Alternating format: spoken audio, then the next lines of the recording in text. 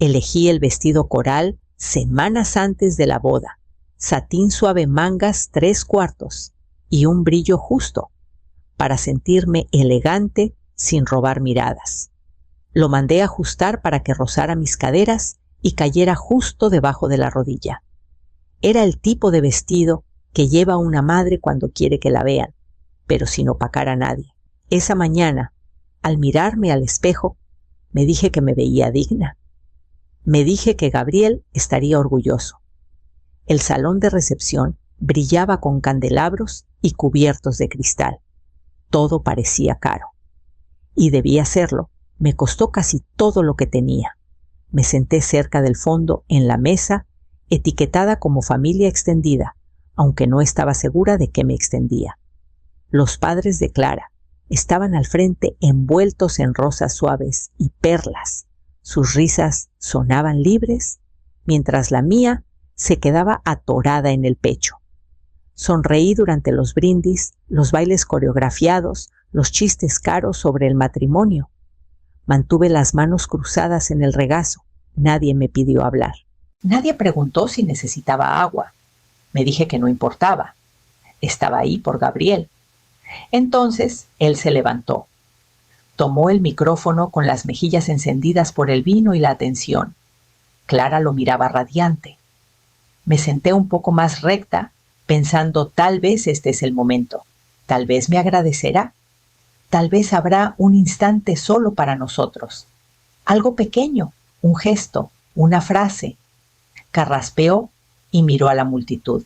Hay alguien muy especial a quien quiero agradecer esta noche, dijo. Alguien que me ha tratado como suyo desde el día que me conoció. Alguien que me dio un amor incondicional, el que solo una verdadera madre puede dar. Esperé. Sentí que el aliento se me atoraba en la garganta. Se giró hacia la mesa principal. Quiero agradecer a mi verdadera madre Viviana Winthrop por todo lo que ha hecho para convertirme en el hombre que soy. Viviana se llevó una mano perfectamente cuidada al pecho mientras los invitados estallaban en aplausos. Parecía sorprendida, pero no demasiado. No aplaudí. No pude moverme. Me quedé perfectamente quieta, mientras el vestido coral me envolvía las rodillas como una red. Desde el otro lado del salón, nadie vio mi quiebre. Solo vieron mi sonrisa.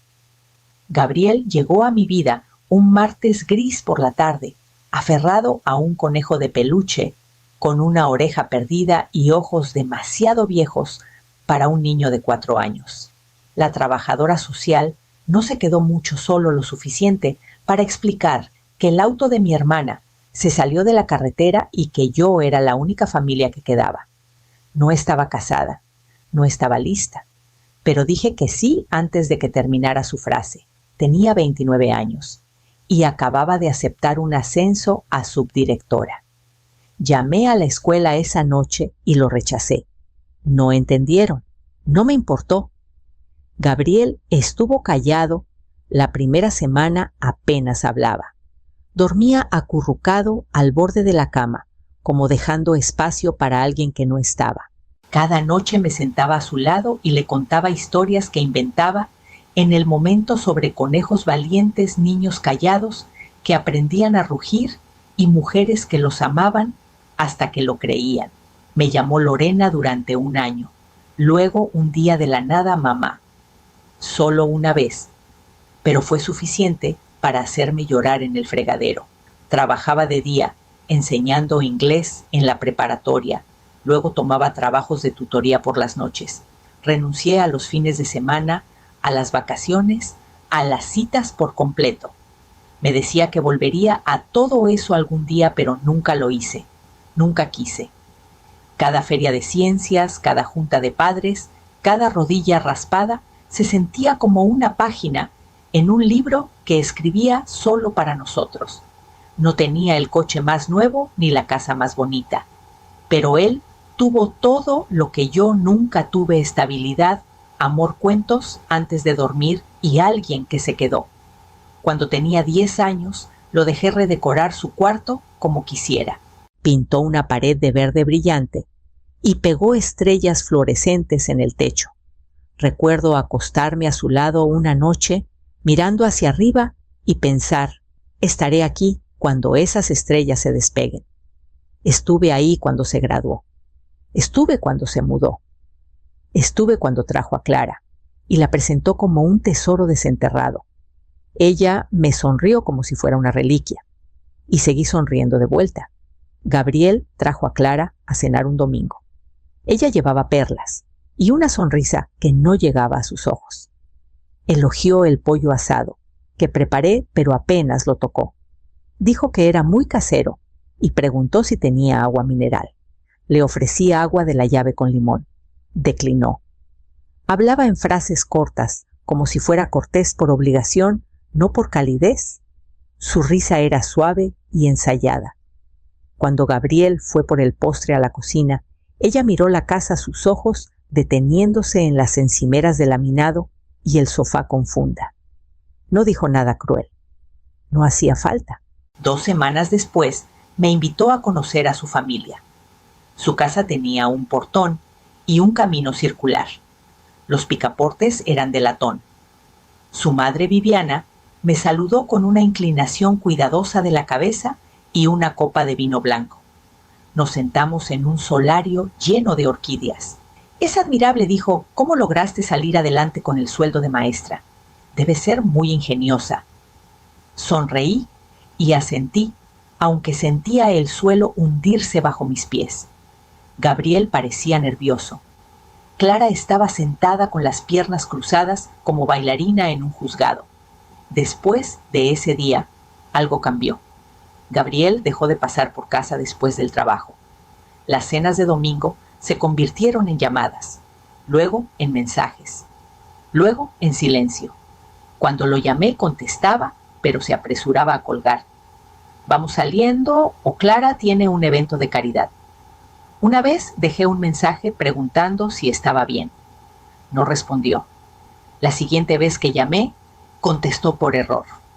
Escuché su voz y luego la de Clara de fondo. Ella rió y dijo, es solo un poco agobiante a veces. Él no la corrigió. Me quedé callada. Colgué sin decir nada. Me dije que no lo tomara personal. Estaban ocupados. Eran jóvenes. Estaban construyendo una vida. Pero una noche pasé en coche por su vecindario y vi a Clara y Viviana caminando del brazo por un sendero impecable. Gabriel la seguía cargando bolsas de compras. Esa noche abrí el cajón junto a mi cama y miré el talonario que no había usado en años. Gabriel llegó un miércoles por la tarde sin avisar. Se sentó al borde del sofá, como invitado, no como alguien que alguna vez vivió en esa misma sala con crayones derretidos en la alfombra. No preguntó cómo estaba. Fue directo al grano. Nos falta para el lugar de la boda, dijo. Los padres de Clara ya pagaron casi todo el catering, el cuarteto de cuerdas, la barra de champán, pero el lugar en sí son otros 380,000. Pensé que hablaba de 38,000 pesos. Le pedí que lo repitiera. 380,000, dijo como si fuera la petición más natural del mundo. Lo miré atónita. Ese número no era solo una cifra.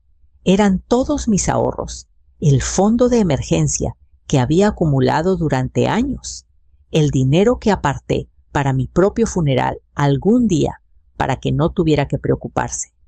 Pensé en cuánto me costó juntarlo, dando clases de verano, renunciando a vacaciones, recortando cupones, hasta que me acalambraban las manos. Pregunté si había otra opción. Me miró como si lo hubiera insultado. Si realmente me quisieras, dijo, ni siquiera lo cuestionarías. No alzó la voz. No hacía falta. Las palabras pegaron duro. Fui a la cocina y abrí el cajón con el talonario. Mis manos temblaban mientras escribía la cantidad. No pedí un plazo. No puse condiciones. Ni siquiera le pedí que diera las gracias. En algún lugar dentro de mí, aún creía que si le daba lo que necesitaba, recordaría quién era yo. Que tal vez el amor aún podía ganarse con suficiente sacrificio. Tomó el cheque sin mirarme. Dijo Clara, estará aliviada. Asentí. Mi garganta estaba apretada. No se quedó a tomar café. No preguntó cómo había sido mi semana. Se fue tan despreocupado como llegó con los ahorros de mi vida doblados en el bolsillo de su abrigo. La puerta se cerró tras él y me quedé ahí por un largo rato preguntándome cómo crié a un hombre que podía irse así. La semana de la boda fue como caminar sobre cáscaras de huevo en una casa que no era mía. Clara había planeado todo hasta la altura exacta de los centros de mesa y cada vez que ofrecía una idea, solo una pequeña sugerencia, su expresión se tensaba, como si hubiera pisado mármol con zapatos embarrados. Pregunté si podíamos usar gardenias blancas, con las rosas algo suave sencillo. Clara apenas levantó la vista de su iPad.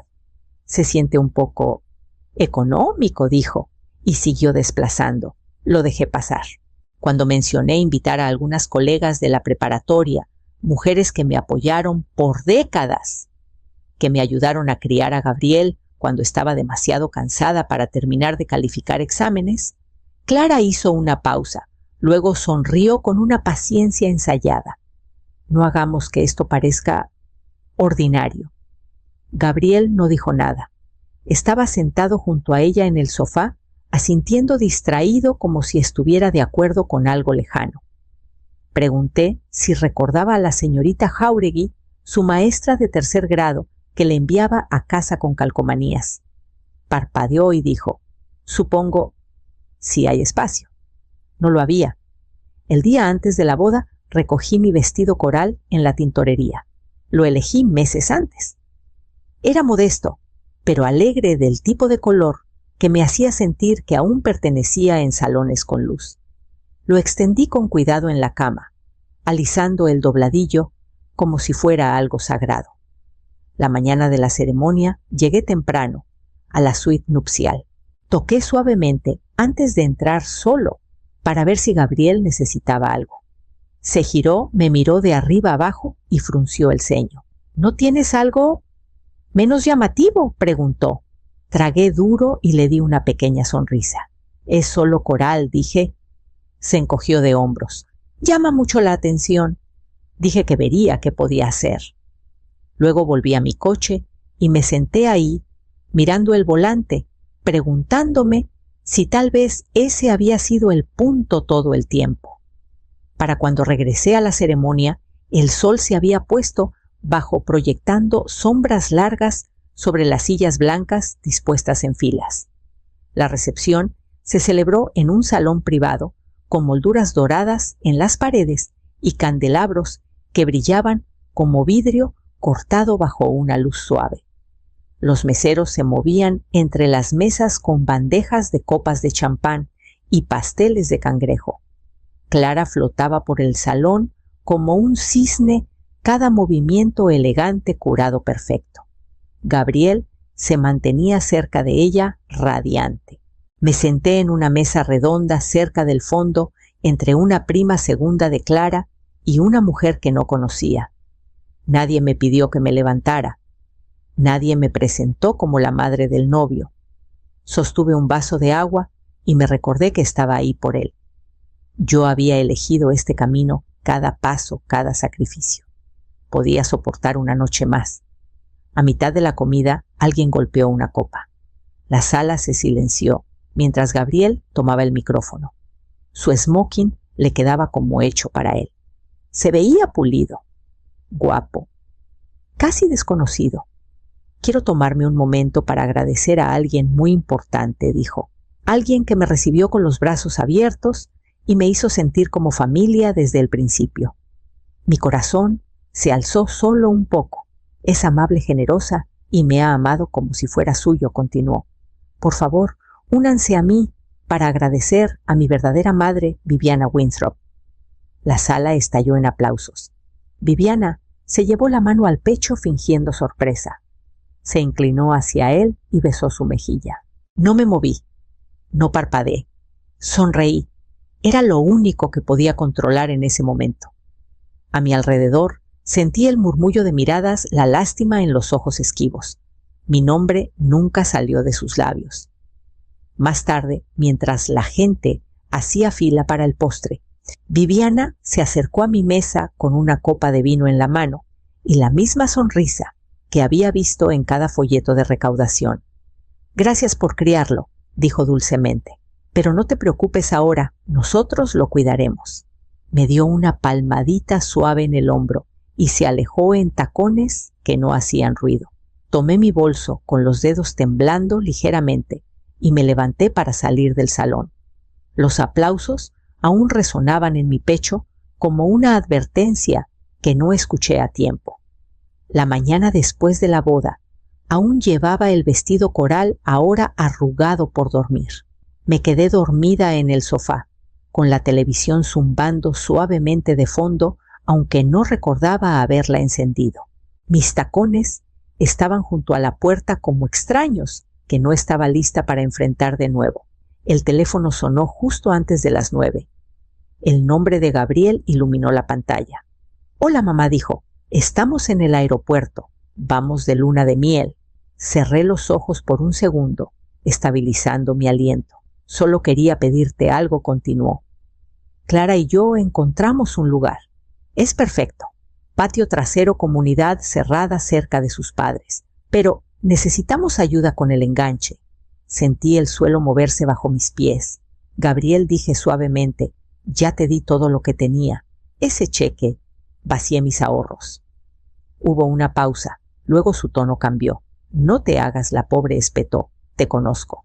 Siempre has sido ahorradora. Debes tener algo más». Mi garganta se apretó. «No tengo», susurré. Clic. La llamada terminó. Sin despedida. Sin gracias. Solo el sonido del silencio entrando como marea.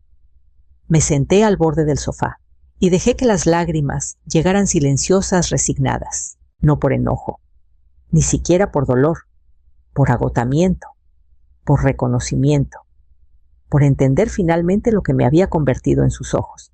Esa noche, después de lavar los platos que no usé, fui al fondo de mi closet. Abrí la caja de madera que mi padre me dio antes de morir. Dentro había un sobre que no había abierto en más de 20 años. Contenía documentos, escrituras, estados de cuenta, pólizas de seguros. Mi padre me había dejado un pequeño legado, nada ostentoso, pero sólido. Y lo había hecho crecer con cuidado en silencio, fingiendo incluso para mí misma que no era real. Pero era real. Cada decimal, cada terreno, cada cuenta olvidada. Gabriel pensaba que yo era solo una mujer con una pensión y vestidos de segunda mano. Creía que no me quedaba nada que dar. Y por primera vez en mi vida me di cuenta de que tal vez, solo tal vez, no tenía que dar más. Me senté en la oficina de la abogada con una carpeta en el regazo que pesaba más de lo que debería pesar el papel. Contenía los documentos que mi padre me dejó y la vida silenciosa que había construido sin que nadie supiera lo que realmente valía. Escrituras de propiedades en 2 estados. Un contrato de renta de un loft en el centro que no había visitado en años. Estados de cuenta modestos a simple vista, pero sustanciales al sumarlos. Fondos de inversión que olvidé que seguía alimentando. En total, poco más de 18 millones de pesos. Había vivido como una mujer con poco porque creía que eso era lo que debía hacer una madre, dar hasta quedarse vacía y luego dar un poco más. Pero ahora estaba harta de estar vacía. Mi abogada, la señora Armenta, revisó los papeles con cuidado. ¿Estás segura?, preguntó mirándome por encima de sus lentes. Segura, dije. Quiero modificar mi testamento. Gabriel queda fuera. Todo irá a una fundación para mujeres solteras que adoptan. Madres que eligen, como yo lo hice. No se inmutó. Solo asintió y comenzó a escribir. Esa misma semana firmé los papeles de arrendamiento para mi propio penthouse en uno de los edificios que poseía, pero en el que nunca había entrado. Me mudé 2 días después con ayuda de un servicio profesional que manejó todo desde los muebles hasta las flores. Cuando entré al espacio terminado, no se sintió como una recompensa, se sintió como una recuperación. El personal me trataba con una deferencia que no había sentido en años. Las puertas se abrían para mí. Mi nombre se pronunciaba con respeto. Nadie me llamó demasiado ni agobiante. Era simplemente la señora Valdés. Cuando Gabriel y Clara regresaron de su luna de miel, llegaron a mi viejo departamento y encontraron las ventanas oscuras, sin plantas en las ventanas, sin corona en la puerta. Me llamó en pánico. ¿Dónde estás?, preguntó. ¿Qué pasó? Me mudé, dije con calma. ¿Por qué no me dijiste? Porque, Gabriel, dije, dejaste claro que no era tu madre, así que dejé de actuar como tal. Le di el número de mi abogada y colgué sin esperar su respuesta. Llegaron un domingo por la tarde, anunciados por el portero como si fueran realeza lejana. Viviana con perlas Clara, con tacones demasiado altos para ser sinceros, y Gabriel con esa misma expresión insegura que tenía el día de su graduación, como si quisiera estar en cualquier otro lugar. Los recibí, ofrecí vino, que no esperaba que aceptaran, y esperé a que comenzara la farsa. Clara fue la primera en hablar. Este lugar es impresionante, su voz se quebró al ver el balcón con vista al horizonte. ¿Desde cuándo lo tienes?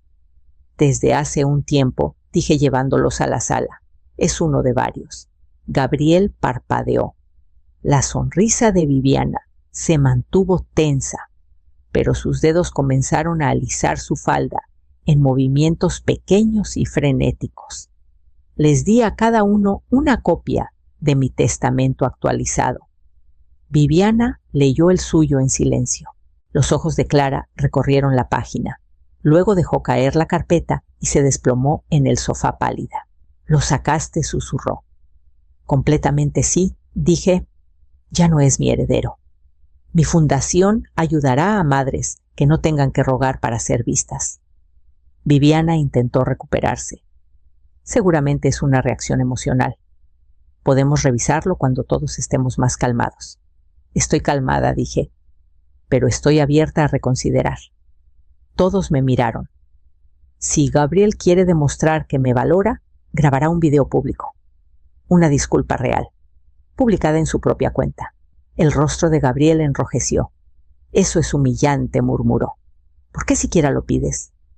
No parpadeé, porque ahora entiendes cómo me sentí. Se fueron poco después. Clara, aún callada, Viviana, fingiendo no estar afectada.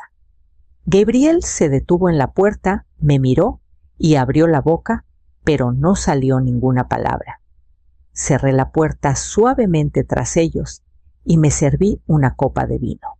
El silencio posterior se sintió más pesado que la conversación y aún así, de alguna manera más ligero que el peso que había cargado por años. 3 semanas después de que salieron de mi departamento, apareció una notificación en mi celular. Gabriel había publicado un video. Lo vi en silencio. Estaba sentado en un sofá sencillo, en una sala poco iluminada, con los hombros encorvados como un hombre que finalmente se quedó sin excusas. Su voz se quebró antes de la segunda frase. Habló de la infancia, del sacrificio de una madre que nunca se perdió un partido ni una junta escolar, de cenas preparadas, trasturnos dobles, de proyectos de ciencias, hechos con pegamento y agotamiento. Admitió todo su egoísmo, su ceguera, su deseo de impresionar a gente que no importaba. Dijo mi nombre, me llamó mamá. Lloró. El video se volvió viral en días. Los comentarios se desbordaron con elogios a su honestidad, críticas a su arrogancia y simpatía por una mujer que nunca conocieron. No leí nada de eso. Vi el video una vez y cerré mi celular. No llamé, no escribí. La disculpa fue pública, así que ahí se quedaría. 2 meses después me mudé a Puerto Vallarta. Compré una casa modesta cerca del agua. Nada ostentoso, solo ventanas que atrapaban la luz de la tarde y un patio que olía a sal. Mi fundación tuvo su primer retiro esa primavera 6 mujeres que habían adoptado solas con menos apoyo del que merecían. Me senté con ellas bajo un dosel de palmeras, escuchando riendo, a veces solo sosteniendo manos en silencio. Nadie ahí necesitaba saber lo que había perdido, solo veían lo que había construido. Dormía con las ventanas abiertas y ya no soñaba con sillas vacías en mesas de cena. Caminaba descalza por las mañanas, asesoraba mujeres por las tardes y encontraba un ritmo que no sabía que mi cuerpo anhelaba. Nunca respondí al video, ni con un mensaje ni con una llamada. Gabriel había hecho su elección. Eligió a Viviana como su madre. Así que yo me elegí a mí misma.